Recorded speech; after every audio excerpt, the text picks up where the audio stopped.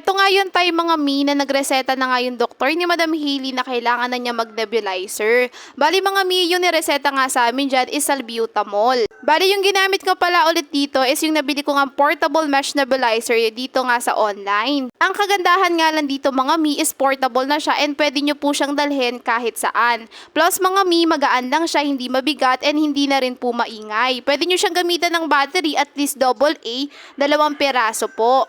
Ang gusto ko talaga sa mesh nebulizer nito mga madam ko kasi hindi na siya maingay and hindi na rin po siya hassle i-assemble. Plus napakadali nga lang po ilagay nitong mask. Bale itong mask na pinagamit ko kay Madam Hailey is yung pang baby. Mga mi, ito palang mesh nebulizer po natin is pwede sa adult and pwede rin po siya sa kids. Yung time nga po na ito is nalobat nga po yung aking rechargeable battery. Kaya ginamit ko na lang po yung aking power bank. Bale yung power bank ko dyan mga mi is 10,000 mAh lang po siya. Yes mga mi, wala na po talagang ingay itong ating portable mesh nebulizer kaya perfect na perfect po sa ating mga baby.